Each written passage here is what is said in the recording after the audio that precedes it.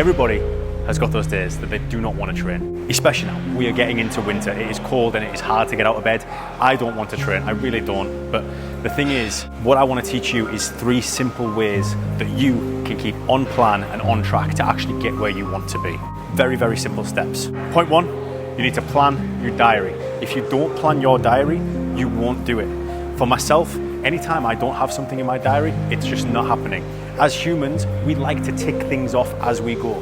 If we have something in our diary that we can tick off and that we can see we have to do, we are much more likely to accomplish that task. So that is the first point. Plan your diary. Plan when you're training, plan when you're going to meal prep. That just sets you up for success to start with. Point number 2, we need to start with small, manageable habits. There is no point in thinking that you're going to be able to walk in that gym, squat 100 kilos from day 1. You're just not going to do it. You're not going to be able to manage to train 5-6 times a week.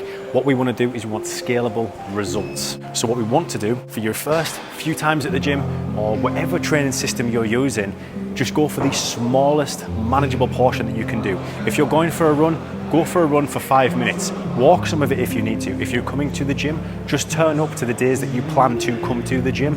Come inside, go to the toilet and leave. Come inside, go on a treadmill and leave. Come inside, do a couple of weight activities and leave. But we need to start to build habits before we can invest so much time in ourselves. If we don't build those habits in that foundational phase, you're not going to see it long-term results from it. And finally, our third point, we need to hold ourselves accountable. It sounds stupid, but you need to hold yourself account.